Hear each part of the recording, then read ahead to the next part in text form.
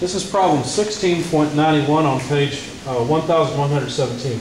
A 9 kilogram uniform disc is attached to the 5 kilogram slender rod AB by means of frictionless pins at B and C. The assembly rotates in a vertical plane under the combined effect of gravity and a couple M that is applied to rod AB. Knowing that at the instant shown, the assembly has an angular velocity of 6 radians per second and an angular acceleration of 25 radians per second squared, both counterclockwise, determine A, the couple M, and B, the force exerted by pin C on member AB. Let me sketch the system here. This actually is an easier problem than it appears at first glance, but there's sort of a trick to it, and that's the reason I selected it, because I want you to know as many tricks, quote unquote, as possible. I'm just going to draw sort of a schematic here. Point C, point B, and point A. Hopefully you're looking at the image in your book. We were told that the angular speed is 6 radians per second and that the angular acceleration alpha is 25 radians per second squared, both counterclockwise. So setting up our typical coordinate system, x, y, z, you see that both the angular acceleration and velocity are positive. The distance between A and B, that distance along the rod is a ½ meter. And so the center of gravity of the rod is located at 1/4 of a meter from, so I guess what I'm saying, if this is point G, then B and G are 1/4 of a meter apart. The disc, let's note, is 9 kilograms. That's the mass of the disc. The rod has a mass of 5 kilograms, they told us.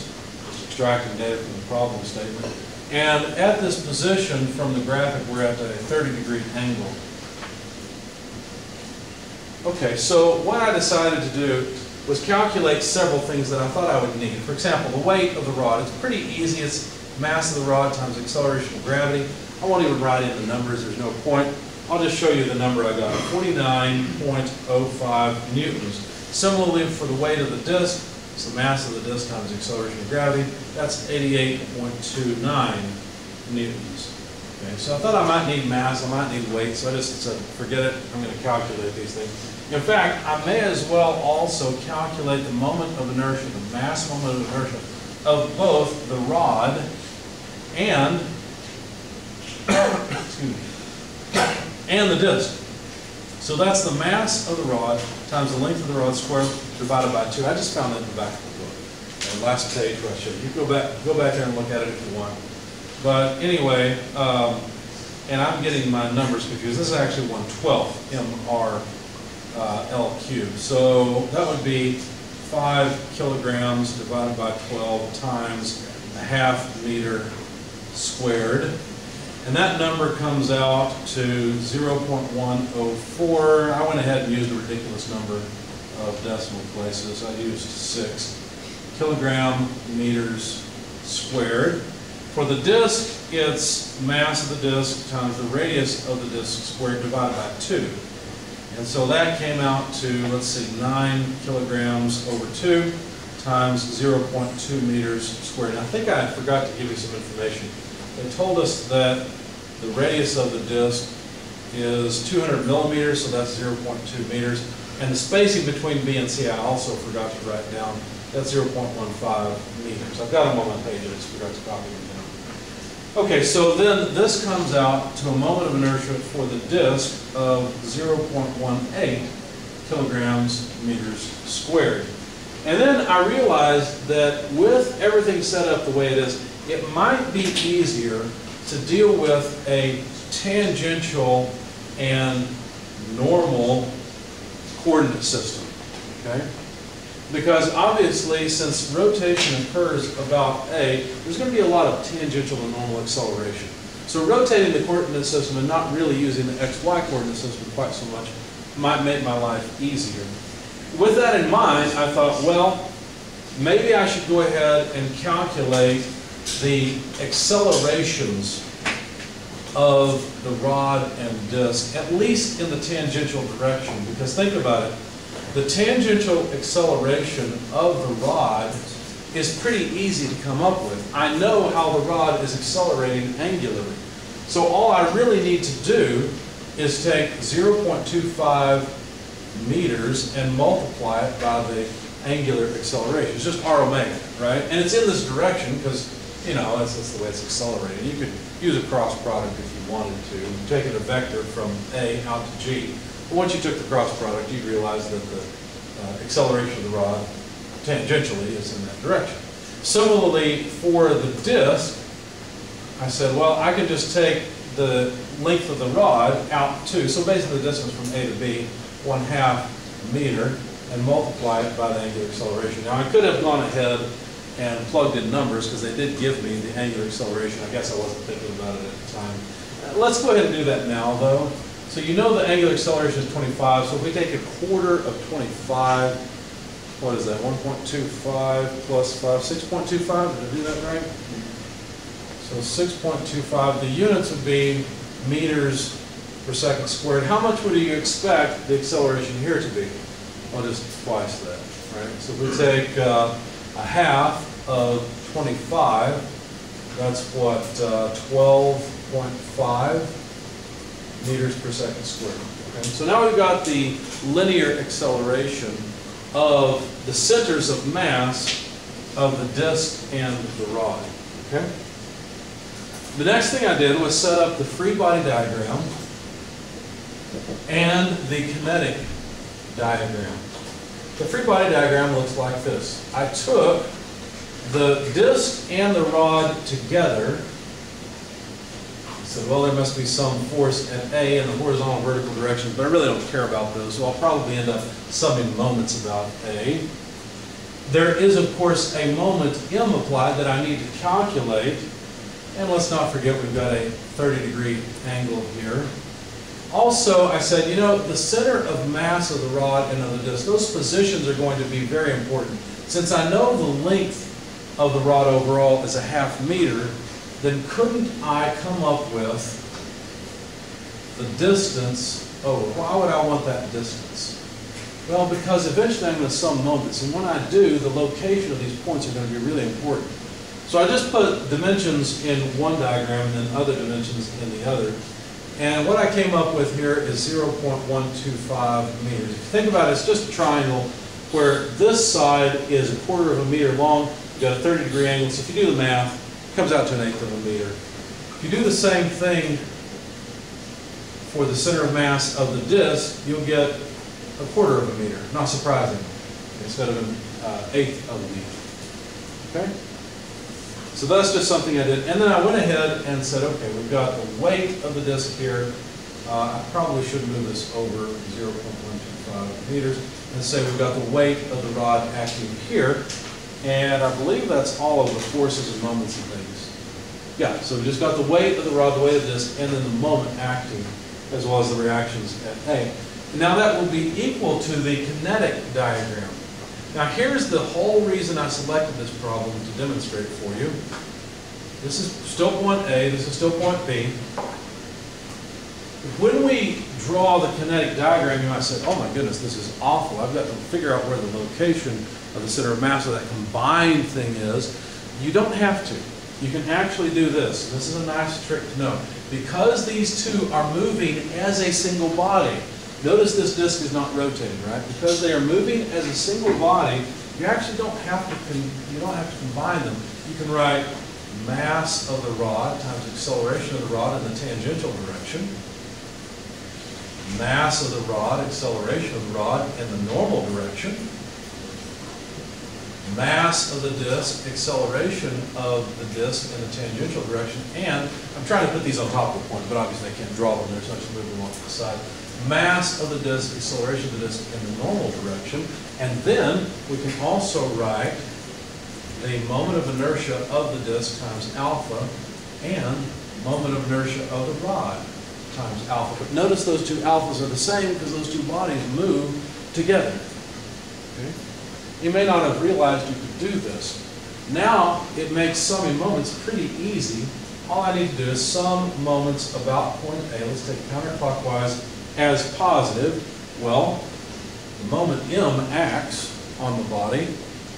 What else? Well, the weight acts. So notice that the weight of the rod acts with a moment arm of 0.125 meters. That's why I got that dimension. And it is a negative moment. So we need the weight of the rod times 0.125 meters. Further, the weight of the disc acts at a distance of 1/4 of a meter. So that's the sum of all the moments on the left-hand side of the equation. On the right-hand side of the equation, all I have to do is add up all of the inertial effects for the moment equation. So that would be IR times alpha, that's that term. And I went ahead and put all of the rod terms together and all of the disc terms together. Let me start the disc while I'm starting the rod. So I'll have to break the line. So moment of inertia of the disc times alpha. But then also remember, when you're summing moments about a point other than the center of gravity of a body, you have to take into account the moment of the dynamic forces. Okay? Since I'm summing moments about A, I will have to take into account the moment of the normal dynamic force and the tangential. Well, the moment of the normal dynamic force is 0 because it passes through the point. So both the normal dynamic forces pass through A and won't appear in the equation, but the tangential component does not. So the moment of this dynamic force is positive, and I can write plus basically the length of the rod over 2, or 0.25 meters multiplied by MR ART. See, that's the dynamic force times its moment arm. Okay? Does all that make sense so far? Any questions? All right. The next thing is to write the moment of the tangential dynamic force at the disk, and that is 1/2 meter times the mass of the disk, acceleration of the disk in the tangential direction. And that's it. That's my sum of moment equation. Now, I'm out of space at the board, and I think the least useful items are these. We can remember that the angular acceleration is 25 radians per second squared. So let me erase some of this. I like my tangential accelerations. You know what? Let me do it this way. Equals acceleration radial, or for the rod in the tangential direction. And this is the acceleration of the disk in the tangential direction. And then I think I can safely erase I think I can safely erase all of this because now it's just a math equation. But I still need what's down there. All right, so on the left-hand side of the equation, we'll have mass minus, well, we need the weight of the rod. Well, the weight of the rod, I calculated at 49.05 newtons. I need to multiply that by 0.125 meters. Taking care of those terms, minus the weight of the disk, 88.29 newtons, multiplied by the moment arm, 0.25 meters. Now that's equal to the moment of inertia of the rod, but I know that's just a number, 0.104167 kilogram meters squared, times alpha. Now alpha is 25 radians per second squared, so let's just plug that in. And then, let's see, we've taken care of that term, plus 0.25 meters. I don't know why I'm holding my sheet up, I'm not really using it. We need the mass of the rod, and the mass of the rod, was that 5 kilograms? Yeah, 5 kilograms. Times the acceleration of the rod in the tangential direction, but that's just 6.25 meters per second squared. Okay. So now I've taken care of all of that. Then plus the moment of inertia, the mass moment of inertia of the disk, 0.18 kilograms meters squared, multiplied by alpha, 25 radians per second squared, plus the moment arm, 0.5, was it a moment arm? Yes, that's a moment arm for the dynamic force. 0.5 meters multiplied by the mass of the disk, which was 9 kilograms, times the acceleration of the disk in the tangential direction, 12.5 meters per second squared. Okay. Notice that pretty much everything's a number except for the moment, right? What are the units? We've got Newton meters here, Newton meters there, that's good. On the right-hand side, the radians go away for free. We'll have kilograms meters. I know it's meters squared. Let's hold one of those meters off for a moment. Kilograms meters per second squared, that's a Newton times a meter that's left over. So we've got Newton meters on the right and the left. So basically we have a whole bunch of numbers with the moment around it. So I got on the left-hand side, just to put all this mess together, I got negative 28.204 Newton meters, and on the right-hand side, I got a total from all of this of 2.8467. Well, I left out the angular acceleration. I pulled that out because notice that it appears, well, when I solved this, I left the angular acceleration. I didn't calculate this number. I left the angular acceleration in, so I multiplied this by the angular acceleration. So it's going to be a little bit odd. Kilograms meters squared times 25 radians per second squared. Like I said, I left alpha out of these two initially. Okay? So I didn't really have 6.25 and 12.5. I had that times alpha, whatever the number was, times alpha. So that way I could pull it out. Anyway, so the moment, if you think about it, again, the units are all still consistent because we've still got kilograms meter per second squared times meters. So that's Newton meters. So the moment comes out to 99.370 Newton meters. That's one of the things they wanted us to find. However, they also wanted us to find how much force was applied by pin C or by the rod to pin C. I don't remember how they worded it exactly. Let me erase this free body diagram and just make a free body diagram of the disk itself. So the disk is supported at point B, so there must be some force By, Bx. I really don't care about those forces. There's also the weight of the disk acting straight downward. But pin C is off here somewhere. In fact, if you remember right, that pin was separated from point B by a distance of 0.15, I think. 150 millimeters, so 0.15 meters. Yeah, there we go. And obviously there must be some force at point C from the rod onto that pin, onto the disk. Now that will be equivalent to the kinetic diagram of the body. I guess it's a little bigger, but oh well. Where we have mass of the disk times acceleration of the disk in the tangential direction, as well as the mass of the disk times the acceleration of the disk in the normal direction. Now if I really needed this, I could calculate it because I know the angular speed of the body, right? That would just be an omega squared r type of term. Fortunately, we don't need it. The last thing for the kinetic diagram is the mass moment of inertia of the disk times the angular acceleration of the disk. So now, if we sum moments about point B, notice what will happen. The weight will go away, Bx, By will go away, which I really don't care about. Sum of moments about B taken counterclockwise as positive. We get whatever force there is at C times its moment arm, 0.15 meters. That's it, right? There are no other moments about B, and that's equal then to I d alpha. Pretty simple equation. So, I d alpha, we have I d, the mass moment of inertia, 0.18 kilograms meters squared, and we know the angular acceleration, 25 radians per second squared. Again, what are the units on this side? Newton meters, right?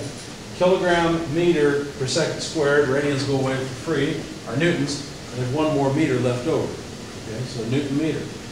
So, C is equal to, let's see, we take 0.18 times 25 over 0.15. We know, since we're dividing out the meters, our units should end up being newtons. It comes out now some around to 30 newtons. So there's the force between the rod and pin at C. Okay. Any questions about all of this? Was the problem a little bit easier than it looked at first? Why was it a little bit easier? What happened? There's no relative motion. This is basically just a pendulum swinging, isn't it? And so, yes, we can calculate forces, but once you know the accelerations of everything, it's actually pretty easy to solve these problems. Just like with the bowling ball, that was a fairly straightforward problem, because it was a simple body to deal with. Okay? Questions about this? Comments? All right, that's it.